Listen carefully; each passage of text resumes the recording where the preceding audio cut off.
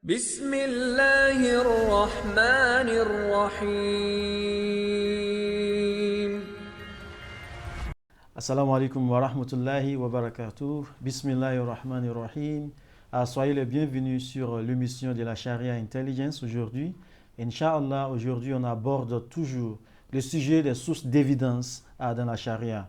Et la source d'évidence qu'on veut aborder aujourd'hui, c'est le urf et le ada. Inch'Allah, j'ai avec moi dans le studio pour traiter ce sujet Monsieur Ismail. Salam alaikum. Wa alaykum salam wa rahmatullah. Et la sœur Khadija. Wa alaykum salam wa rahmatullah wa barakatuh. Et moi, c'est Teslim Adema. Inch'Allah, aujourd'hui, sur cette émission, on commence avec la sœur Khadija. Et sœur Khadija, quand on parle de Urf et Ada, de quoi vraiment on parle et quelles sont les conditions que les éléments de Urf et Ada doivent satisfaire pour qu'on puisse les utiliser comme les sources d'évidence dans la charia. Merci beaucoup. Bismillahirrahmanirrahim. D'abord, quand nous parlons de urf et ada, nous parlons des coutumes et traditions d'un peuple ou d'un environnement. Nous parlons de la tradition et coutume d'un peuple ou d'un environnement. Ici, nous parlons du langage, le mode de s'habiller, le moyen de faire la salutation, tous tombent sur la coutume ada, urf et ada. Maintenant, ce n'est pas tous les coutumes qui est acceptable comme loi dans l'islam.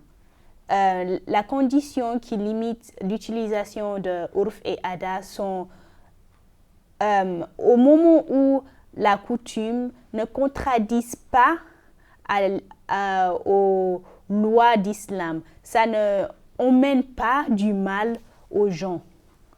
Tout ce qui est interdit dans le Coran et la Sunna du prophète sallallahu alayhi wa sallam reste interdit même quand nous faisons notre propre coutume et tradition. Merci. Merci, Monsieur Ismail. Vous avez un mot à ajouter sur cela? Alors, merci. Je crois que si j'ai quelque chose à ajouter à ce niveau, c'est que il faut, et je vais essayer de faire ou d'augmenter sur la clarification ou bien même la définition de ce qu'on entend par ouf et ada. Donc, quand on parle de ouf et ada, on parle, elle a déjà souligné, de la coutume et les traditions d'un peuple bien déterminé. Donc, et quand on parle de la tradition, il faut que ça soit clair qu'il s'agit là non seulement du langage, non seulement de leur mode d'habillement, il y a leur conviction. Quand je parle de leur conviction, c'est-à-dire on fait allusion à la manière par laquelle ils ont l'habitude de voir les choses, d'interpréter les choses. Donc, et vous voyez, et c'est souvent propre et spécifique à chaque peuple. Donc, et ces coutumes et ces valeurs existaient et deviennent en quelque sorte l'apanage et le propre d'un peuple. Alors, et établir un lien et les voir comme étant source d'évidence, c'est en quelque sorte dire que lorsque nous voyons certaines traditions qui existaient, qui étaient l'inspiration ou l'aspiration en quelque sorte de certains peuples ou de certaines communautés bien données, est-ce que, comme on appelle, dans l'évolution même de nos convictions islamiques, est-ce que certains de ces, comme on appelle, aspirations ne sont pas quand même aussi sauvegardées ou elles ne constituent pas aujourd'hui, comme on appelle, des sources, surtout lorsque nous sommes en train de faire usage de notre raison dans le développement de nos fatwas. Donc, ça veut dire que cette source, c'est là on doit comprendre qu'il s'agit là d'une source très, très importante aussi, parce qu'il s'agit là d'une aspiration le propre d'un peuple et que cela doit avoir un lien avec parfois nos convictions religieuses. Voilà un peu petite clarification que je voulais apporter sur ce qu'elle a dit. Donc, merci beaucoup. Donc, si je reste toujours avec vous pour cela, pourquoi est-ce que le urf et la ada, la tradition, la conviction des gens sont aussi considérés comme... pourquoi est-ce qu'ils sont importants plutôt dans la prise de décisions juridiques dans la charia? Alors, la coutume, les traditions, aujourd'hui deviennent très importantes dans, comme on appelle, le développement même des lois islamiques, parce que quoi qu'on en dise, le propre d'un peuple, l'apanage d'un peuple, la conviction d'un peuple, l'aspiration d'un peuple constitue déjà la nature même de ce peuple. Alors, l'islam est en quelque sorte une religion et avec ses lois, avec ses principes. Nos traditions sont en quelque sorte ce que nous avons retrouvé, ce qui se faisait, ce à quoi on est habitué. Donc, vous voyez, en quelque sorte, il y a une logique qu'on pourrait déjà établir, que celle-ci, c'est vrai que certaines de nos pratiques, de nos convictions, de nos aspirations ne sont pas en adéquation avec ce que nous enseignent comme on appelle les principes islamiques. Mais il en est d'une nécessité de retourner en les étudiant et en voyant parmi ces convictions, parmi ces coutumes, est-ce qu'il n'existe pas celles qui sont en adéquation avec nous? En fait, celles qu'on a même utilisées comme étant des principes, celles à qui nous pouvons toujours faire recours. Et à ce niveau, nous avons vu même au niveau du Coran, le Coran a très bien justifié cela en montrant que nos traditions ont toujours une place. Seulement sont rejetées celles qui constituent en quelque sorte qui comportent une sorte de diabolisation, une sorte de, comment on appelle, de massacre des valeurs morales. C'est pourquoi même dans certains versets du Coran, il est sérieusement montré que, en fait, le prophète sallallahu alayhi wa sallam l'a aussi dit clairement. En fait, son arrivée, ce n'est pas de venir démolir complètement le moral des gens. Et quand on parle du moral, ça veut dire que c'est la culture qu'ils avaient déjà au départ. En fait, il disait aussi que lui, il a été envoyé pour venir compléter la moralité, la bonne morale des gens. Pas pour détruire, mais pour compléter ce que veut dire chaque communauté a sa morale, a sa moralité, et chaque communauté a sa manière de comprendre la moralité. Mais vous voyez, ça, c'est la compréhension humaine. Donc, lui, il apporte la dimension spirituelle à la moralité, à la compréhension humaine quant à la moralité. Donc, il disait dans son hadith, j'ai été envoyé pour venir compléter les bonnes mœurs, les bons caractères, les bonnes moralités des gens. Seulement pour ajouter. Merci pour ce complément. Voilà, et c'est là je suis en train de courir, et parce que nous pouvons comprendre par ce verset que, en réalité, l'objectif de l'islam, ce n'est pas de venir détruire les mœurs des gens. L'objectif de l'islam, ce n'est pas de venir démolir et désacraliser les valeurs d'un peuple ou d'une communauté donnée, mais c'est de venir comme on appelle, les compléter, les parfaits, afin qu'elles deviennent de très bonnes mœurs. Donc, bien sûr, vous avez déjà évoqué l'exemple du prophète et quand il estimait que son objectif, ce n'est pas de venir démolir, ce n'est pas de venir détruire, désacraliser les valeurs qui étaient déjà en place, mais c'est de venir les parfaire afin de les transformer et de les transformer en de bonnes valeurs. Donc, c'est très clair. Donc, dans cette même lancée, on va comprendre même la sunna du prophète. Il y a la sunna du prophète sallallahu alayhi wa sallam.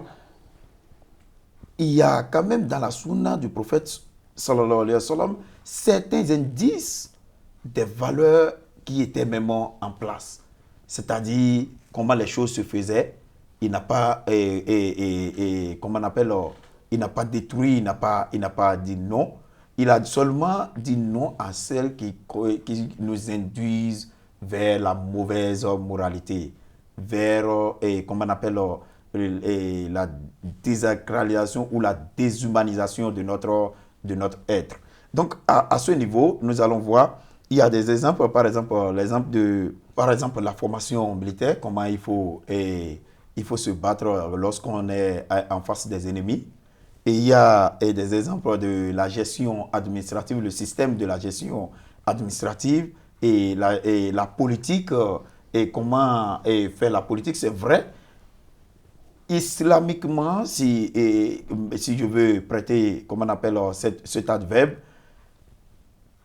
ils ont augmenté quelque chose pour les parfaire, pour les ramener à des normes et de valorisation. Mais ce n'est pas qu'ils ont complètement renversé la tactique qui était déjà en place.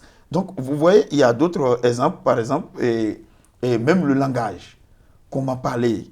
Et je prends l'exemple même de l'habillement, comment il faut s'habiller. Ce n'est pas que le prophète est venu pour dire non, et l'islam est venu, excusez-moi, en général, pour dire non, il ne faut plus s'habiller, non, mais il faut s'habiller de façon décente. Il ne faut pas que ton habillement va au-delà de l'attraction ou bien de désacraliser la valeur humaine. Donc, il y a beaucoup de choses. Même le calendrier lunaire, et les jours et autres, ce sont des pratiques, des valeurs qui étaient déjà en place. Mais l'islam est venu en instant juste pour les parfaire, pour corriger ce qui est corrigeable, afin de les ramener à des normes spirituelles et à de bonnes valeurs.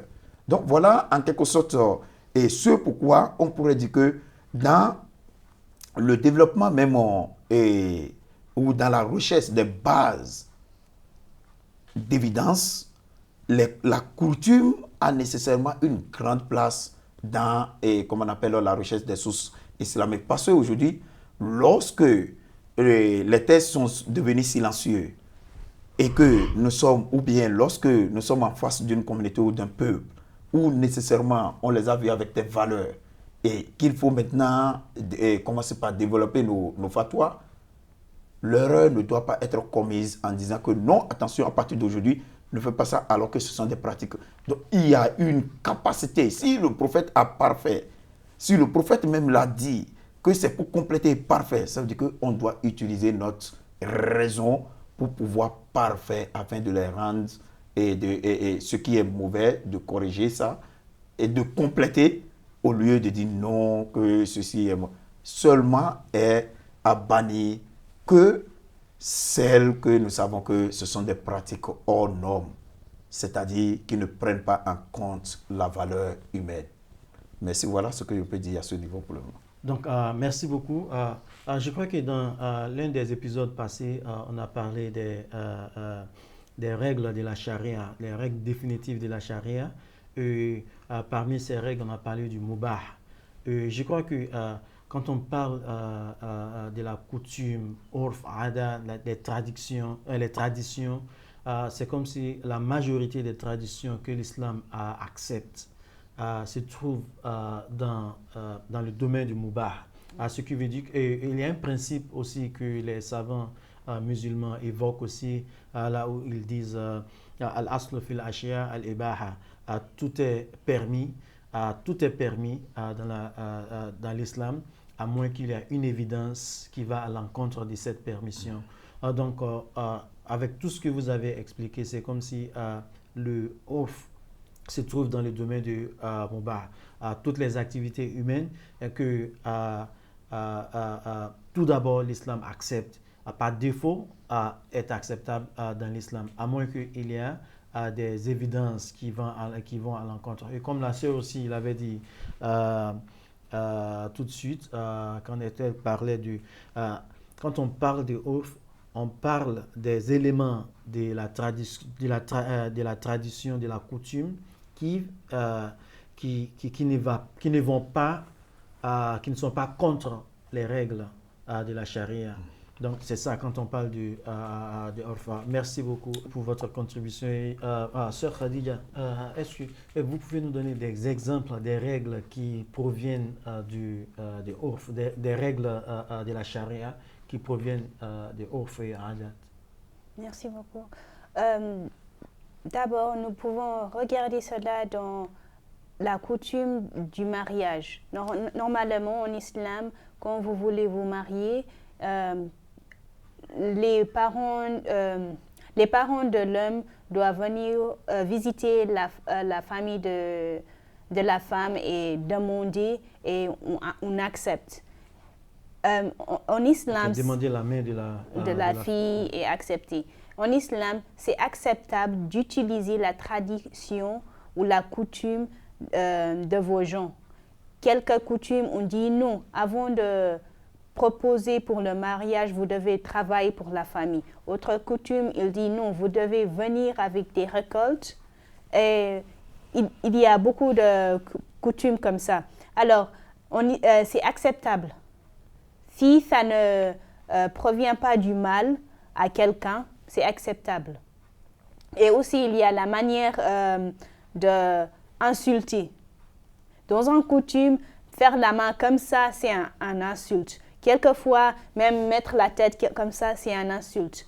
Dans la loi juridique islamique, quand quelqu'un vient et dit « celui-là, il m'a insulté », et il dit « non, j'ai fait seulement comme ça », le juriste doit demander « comme ça, est-ce que c'est un insulte dans la coutume des gens ?» Si c'est oui, vous l'avez insulté, simplement. Donc, c'est comme si, je sais par exemple, si je prends l'exemple du nord du Nigeria, par exemple, quand on vient insulter la mère de quelqu'un, il faut faire comme cela. Lorsque vous faisiez comme cela, c'est-à-dire vous insultez la mère de la personne.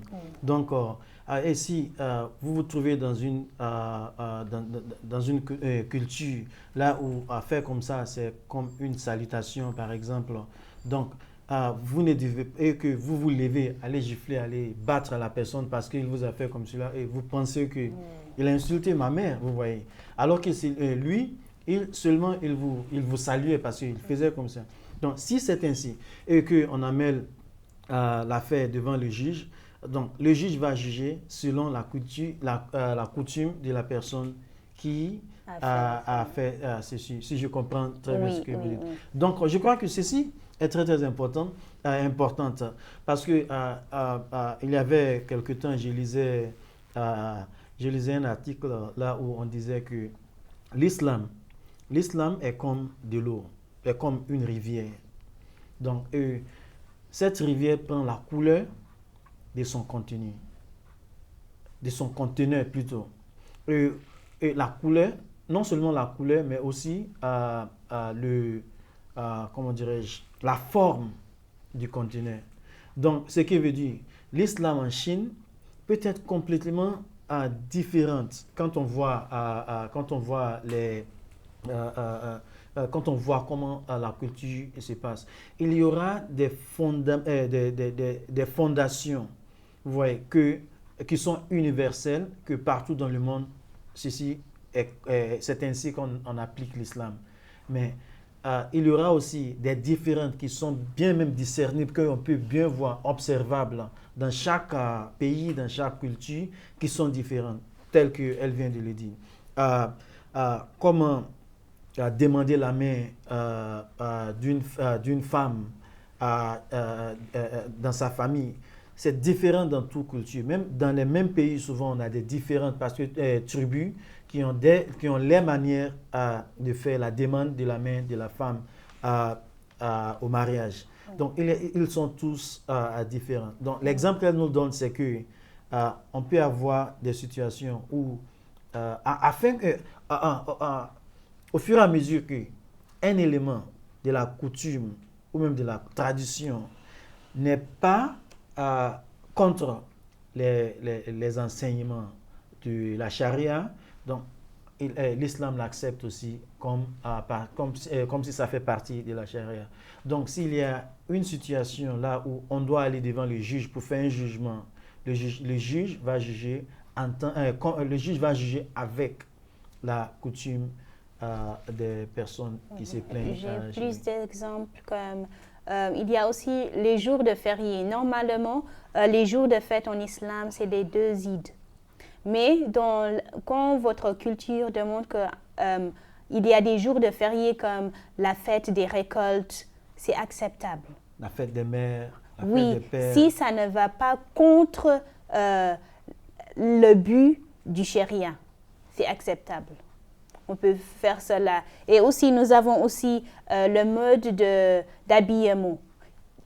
Quelques coutumes, ce que les hommes portent, leurs bijoux, peut être l'habillement des femmes d'une autre culture. Mais pour lui, là, dans son coutume, c'est acceptable pour lui. Si quelqu'un d'une autre coutume fait ça dans leur coutume, et ce n'est pas acceptable dans leur coutume, l'islam aussi dit non, ce n'est pas acceptable.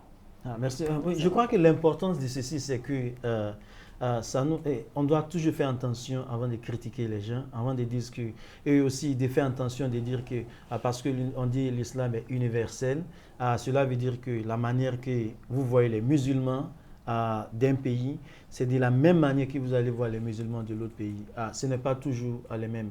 Les Arabes de l'Arabie Saoudite, par exemple, leur manière de s'habiller est complètement différente de la manière que s'habillent les Égyptiens, de la manière que s'habillent les Tunisiens, les Marocains, même les Mauritaniens, vous voyez. Donc, ils sont tous les Arabes, ils sont tous majoritairement les musulmans, mais ils ne s'habillent pas de la même manière. Le chapeau, quand vous voyez le chapeau marocain, vous voyez avec le fez, c'est différent de celui de la Tunisie.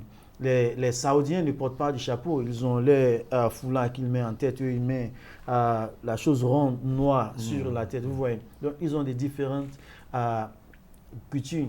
Et aussi, la même chose, quand vous voyez au Nigeria ici par exemple, le nord du Nigeria, ils ont les manières de porter les boubous. Quand vous voyez la manière qu'ils portent les boubous, c'est différent de celui des Sénégalais aussi, qui portent les boubous.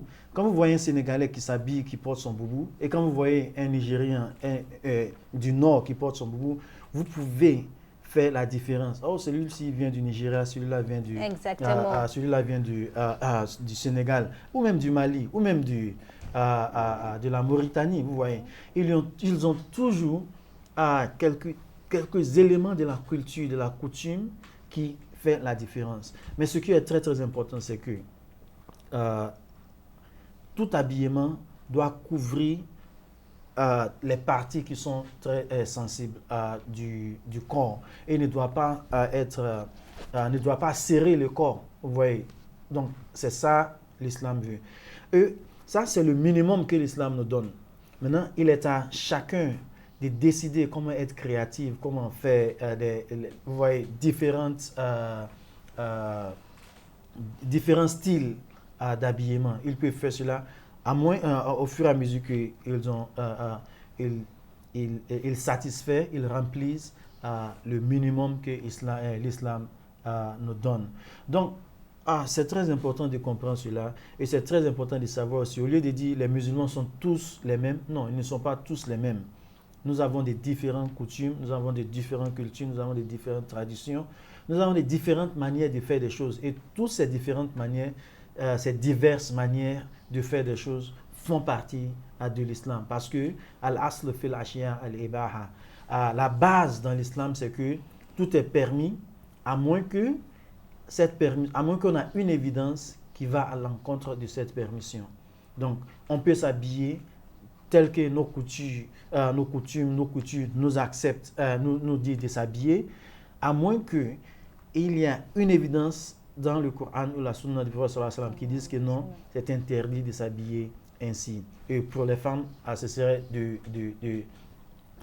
montrer partie de leur corps ou même de porter des habits qui les serrent, vous voyez. Donc cela, c'est pas acceptable. Mais si l'habit est couvre les corps, ça y est. Vous voyez, donc c'est ça la différence et c'est ça qu'on doit très comprendre. Mais malgré tout cela, M. Ismail, on sait aussi qu'il y a des différentes opinions parmi les juristes musulmans sur l'utilisation des éléments de la coutume, même si ces éléments ne vont pas à l'encontre des enseignements de la charia.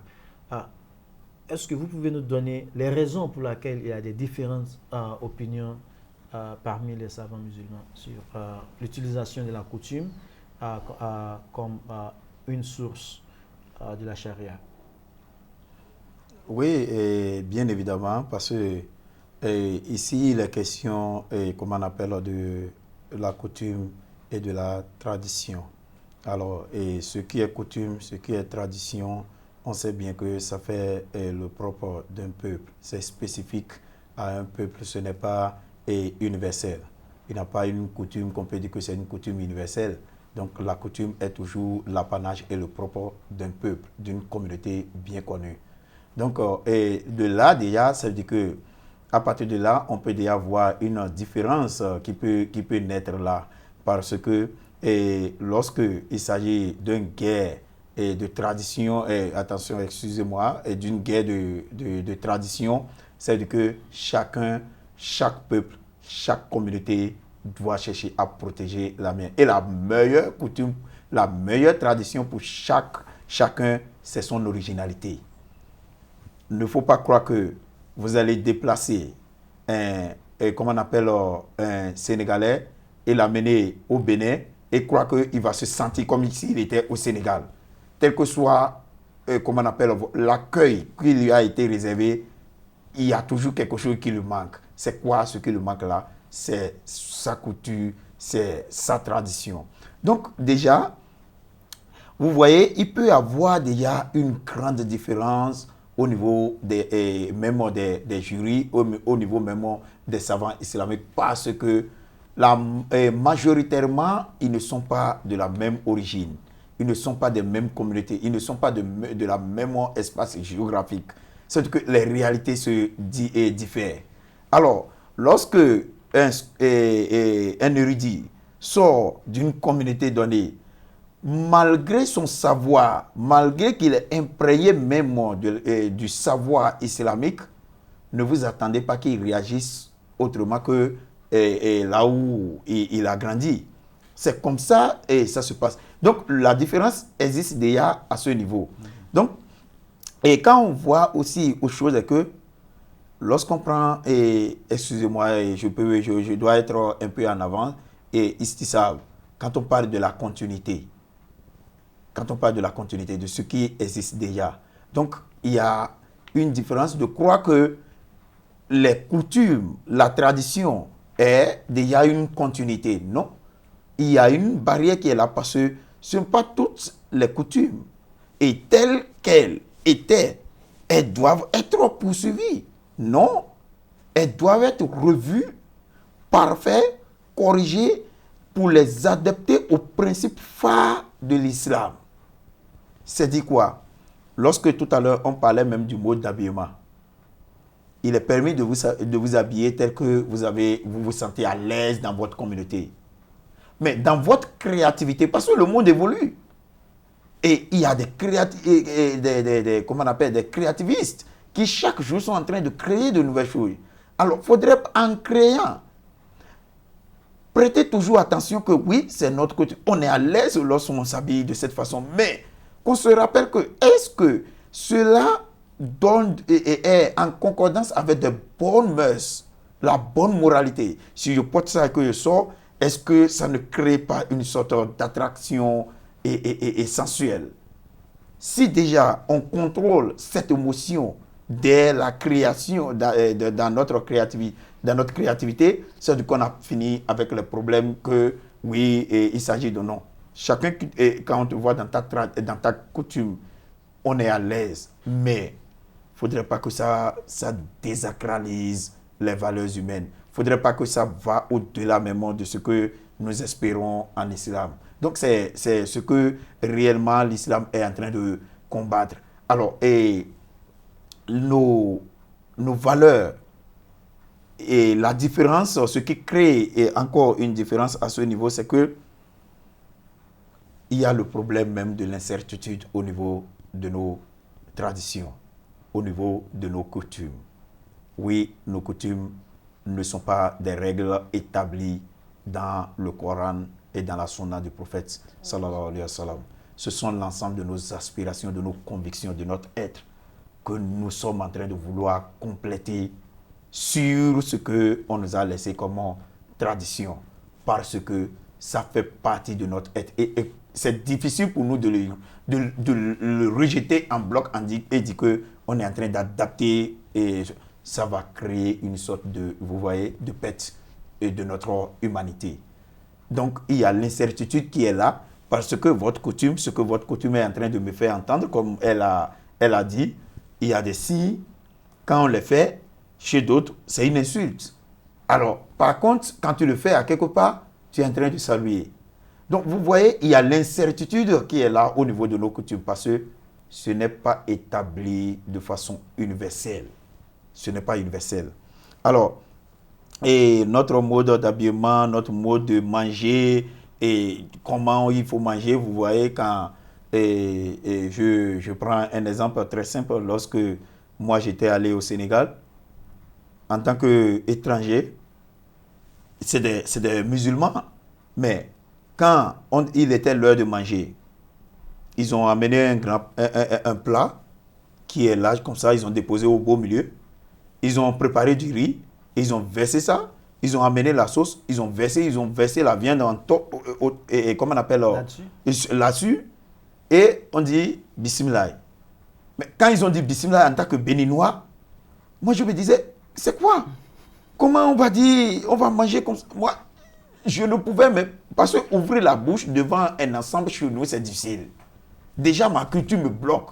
Et ils étaient à l'aise, tout le monde a commencé par plier et mettre ses jambes ensemble, ils se sont assis et on met là. Il n'y avait même pas de cuillère, c'était la main directe. Ce qui faisait encore un autre mal.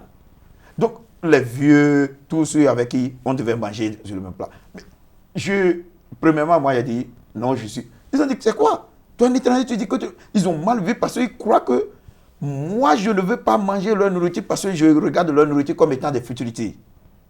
Alors que moi, il y avait une honte qui me bloque afin que je puisse mettre ma main dans un ensemble de plus de 10 personnes sur le même plat. Donc, vous voyez, il y a une barrière là.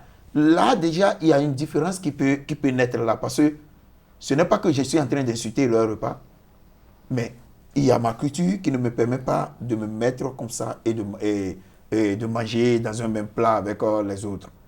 Beaucoup de choses sont là qu'on ne peut pas énumérer ici.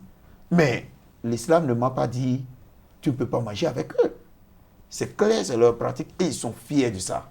Donc voilà comment nous devons commencer dans nos pratiques ou dans nos comportements islamiques. Nous devons voir les choses. Notre raison doit nous conduire jusqu'à ce qu'on puisse comprendre que oui, on n'est pas de la même culture, on n'a pas la même tradition, donc on ne peut pas... Le seul point commun qui arrive à ce niveau est que, tel que soit le milieu, sachez que vous devez conformer vos pratiques anciennes aux normes de l'islam. Vous devez les conformer en tant que valeur morale, non pas que pour désacraliser ou pour induire le monde en erreur.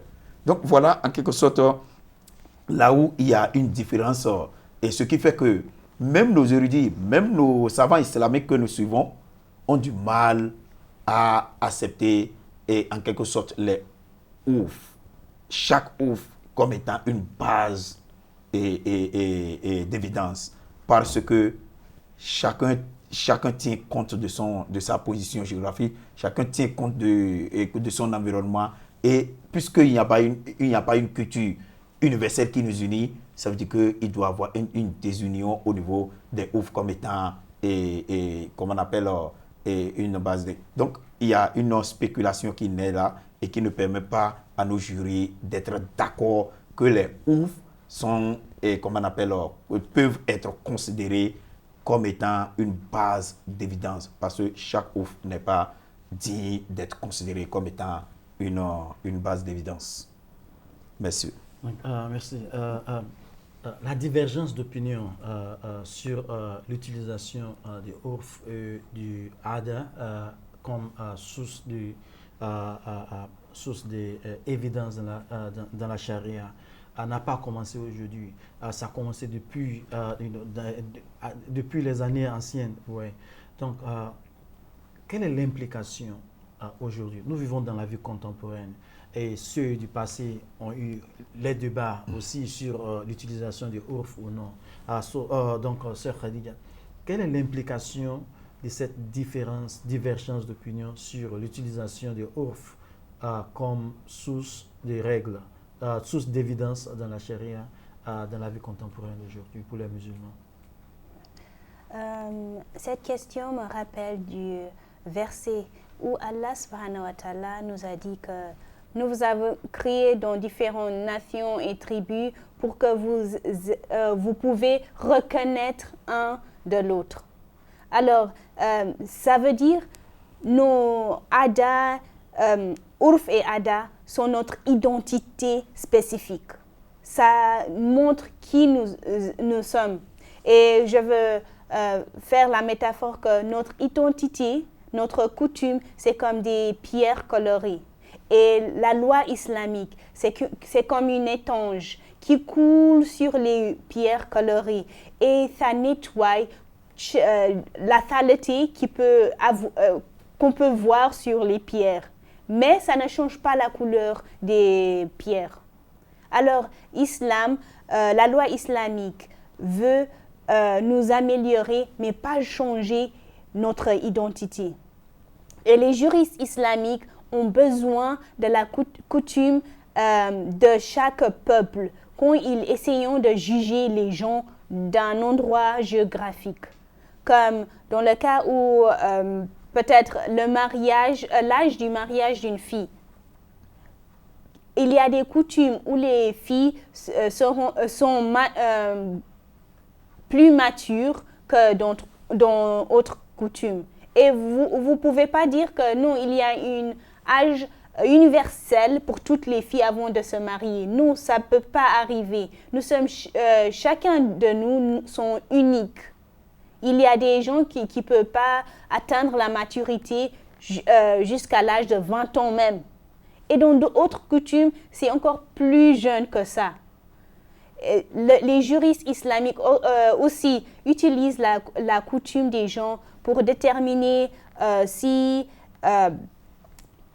il y a l'augmentation dans le prix des commodités, dans le marché, comment nous gérons notre vie quotidienne.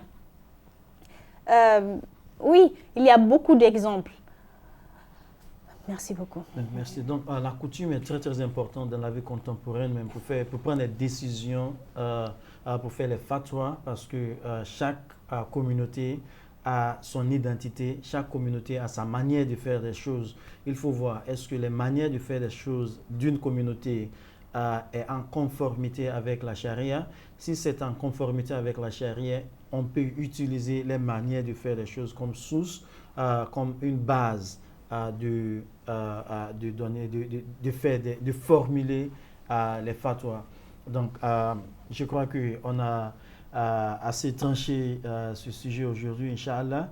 Et nous sommes arrivés à la fin de l'épisode d'aujourd'hui et on continuera dans l'épisode prochain, Inch'Allah. Merci beaucoup d'être avec moi aujourd'hui. Le merci est partagé. Et merci à nos téléspectateurs et nos auditeurs aussi. On se retrouve dans l'épisode prochain. Assalamu alaikum wa rahmatullahi wa barakatuh. Wa alaikum salam wa rahmatullahi wa barakatuh.